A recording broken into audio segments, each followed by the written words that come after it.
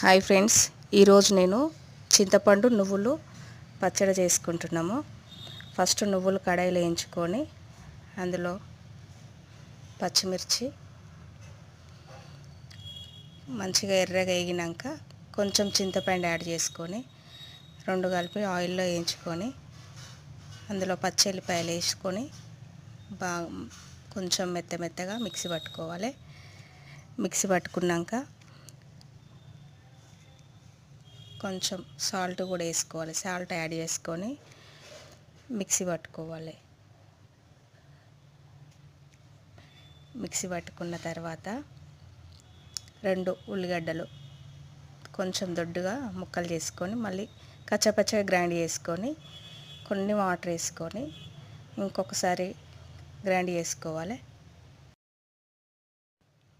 Grind చేసుకొని బౌల్లోకి తీసుకొని కొంచెం ఉల్లిగడ్డ ఎక్కువ మెత్తగా కాకుండా మిక్సీ పెట్టుకోవాలి.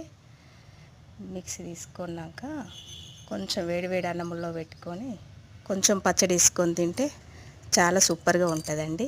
చాలా టేస్ట్ ఉంటుంది.